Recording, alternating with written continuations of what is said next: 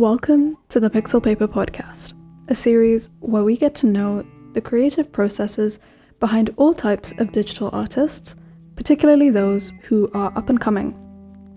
My name is Noor, graphic designer and work-in-progress digital artist, and I'll be your host for today. Today we have an email interview read and commented on by yours truly. All right, welcome to the podcast. This is the second to last episode before the podcast goes on hiatus. And today I am really excited that we have an email interview, which was kind of in the works for a long time, actually. So today we have architect and illustrator Isabelle Lam, who I found through one of the architecture websites she was interviewed, and I really loved her work.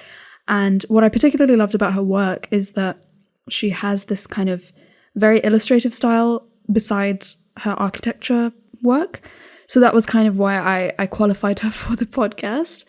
So a bit about Isabelle. She was born and raised in Hong Kong, and she spent 11 years in the UK, but she has moved back to Hong Kong about 2 years ago, so probably just before Corona or during Corona. She completed her undergraduate degree at University of Bath, and then she later graduated with a master's from the Bartlett School of Architecture, which is, I don't know if it still is, but it probably is #1 architecture school in the world. It's literally, they have the best work that comes out. It's amazing. And she's currently a full-time architect who enjoys drawing outside of work.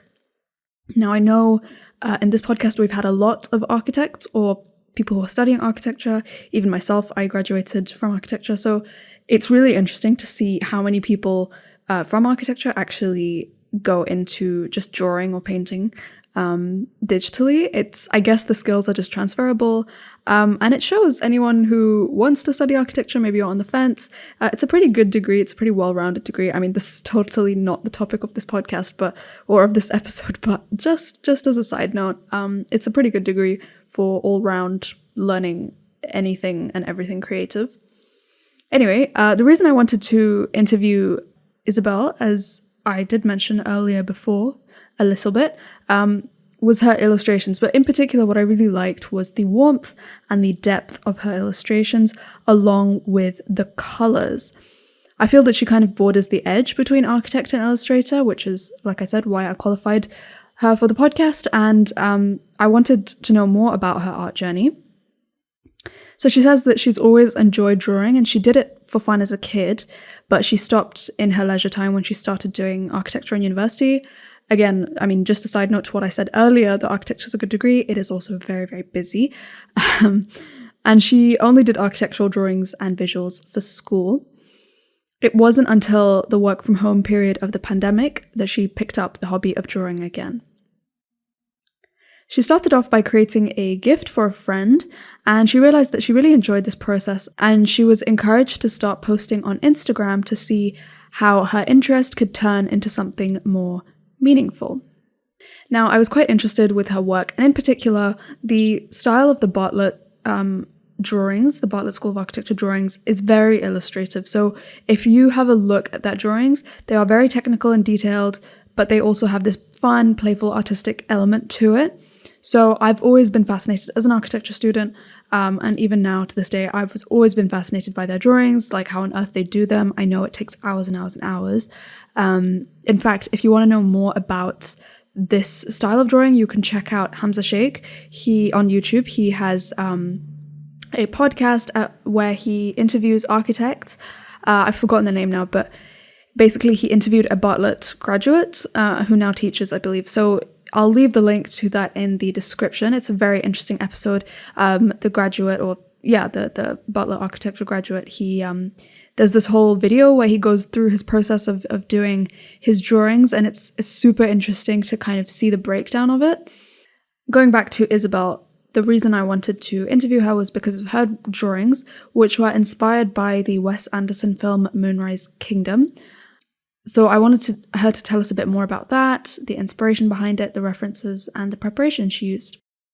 The project was inspired by the Wes Anderson movie, which features 12-year-old Sam and Susie who fall in love, pack up, and run away, and they reach a secluded cove and create a little world that seems to be their idea of utopia. So that's kind of what her drawings are exploring. This story informed her initial thoughts of utopia, which is then manifested in her further project titled Portable Utopia, which led to further studies on the topic and shaped her final project, which was a network of recycling centers and prefabricated temporary floating homes that implement policies of anti-consumerism, pro-democracy, and philanthropy. After months of working on the project, a 3D model of the design was developed, and that was pretty much all she needed for the final drawings. So with architecture, it's a little different from, I suppose, the traditional digital painting, because with architecture, you have to create technical drawings and therefore you have to create a 3D model as well. I mean, it depends how you work, but personally, I created the 3D model and then I created my 2D drawings, like elevation plan section, from that 3D model. And you can also create perspectives, which makes it a lot easier to do the painting and make sure that everything's accurate, because normally when you're digital painting, you kind of have to figure things out, or maybe you'll make a very simple model, or you'll use perspective lines. You know, apps like Procreate have like the perspective grids and stuff. But with architecture, you already make the model. So you're kind of implementing 3D and then 2D skills. I also wanted to know more about the Bartlett because, like I said, the students are known to be very artsy and they create very illustrative pieces. And I wanted to know what practices and teachings the university teaches, which helps students to create more freely. And Isabelle says that the school encourages students to think outside of the box, and in her unit in particular, they were encouraged to tell stories through architecture, and they were taught that anything can inform spatial proportions such as fiction, history, politics. And so this way of thinking was, to her, very eye-opening.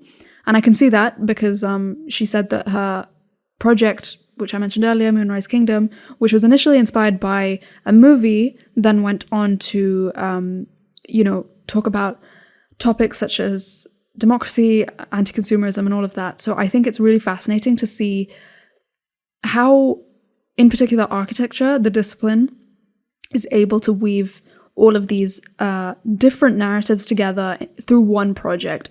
I'm sure that's what everyone wants to do. You know, everyone wants to insert meaning and depth into their work, and it's through these layers of meaning that your work gets elevated and your work, it becomes more meaningful to yourself and to people around you.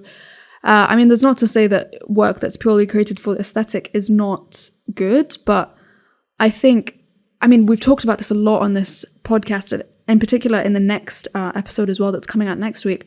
We'll talk about this as well with the guest, but Instagram art, it's something that I feel like this podcast is kind of combating or trying to combat by interviewing digital artists who really put meaning and thought and effort into their work. Like I said, this isn't to put down Instagram artists. They obviously have their own place. Social media artists have their own place on the internet. They get the follows. They're doing it for whatever they're doing it for.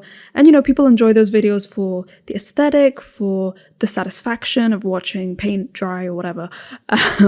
But it's just, we need to not kind of boil art down into something so mundane. And the reason I think I'm almost advocating against Instagram art is because initially as an artist, I started my Instagram page and I eventually became an Instagram artist, or it felt like that.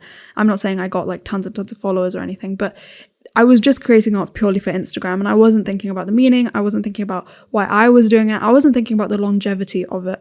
And that's what I really have learned through making this podcast, is learning how other artists implement meaning into their work, why they do it, how they do it, what they do in particular outside of what we see on social media. Because what we see outside of those frames is equally, if not more important for the viewers, because that's obviously what we don't see and what we want to know.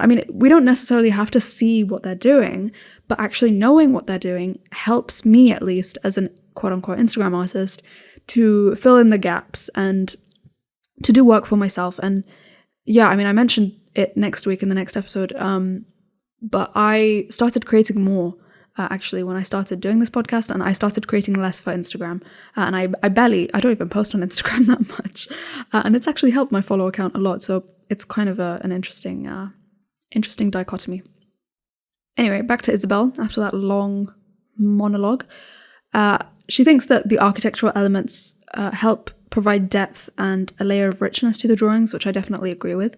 The there's definitely a technicality and a sophistication to architectural illustrations compared to digital art. Obviously, they're two different subjects and mediums and whatever, but there's just a layer of smartness or intelligence when you look at architectural drawings, obviously, because they are made with the technical drawings in mind. I also was curious to ask, would she recommend illustrators or artists to study architecture, even if they don't take the architectural route? And she would encourage people to study architecture, but only if they have a strong interest in the subject, especially if working in the architecture field is not their goal, because it is a demanding and long journey after all. This is actually a subject or a question that I have thought about a lot. And actually, I do encourage people to study architecture. I feel like I'm repeating myself a lot in this podcast, but I think especially if you don't know what you want to do, but you know that you want to do something creative, architecture is a pretty good route. However, you do have to be prepared to put in the slogging effort and work. It depends as well what school you go to and things like that, and what kind of requirements they have. Like, some schools are more technical, some schools are more artsy. I went to a more artsy school, so it was, I can kind of be a bit more like creatively freeing, I suppose. But yeah, it depends. But I think architecture is a pretty good overall degree. Isabelle lives in both Hong Kong and the UK, so I was wondering how culture plays a role in her practice. And she says that when working on architectural projects, her cultural background allows her to take reference from both the East and the West and broaden her understanding of the needs of users of different origins, which is interesting. Again, next week we have a Taiwanese artist who's coming on the podcast, so we talk about that as well. Definite visual difference between Isabelle's personal illustrations and her architectural illustrations. So I was wondering if she prefers one over the other, or does she think it's okay to have different styles? And she thinks it's okay. She thinks that she likes exploring different things with different projects, and she doesn't have a favorite, though she would describe a lot of her works as very rich in color. And she's particularly interested in experimenting on her use of colors as well as drawing composition.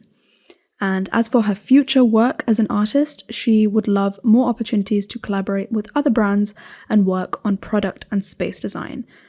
Though there is no solid plan for the future, she does hope her art would connect her with more people. And I really do hope that works out for Isabelle.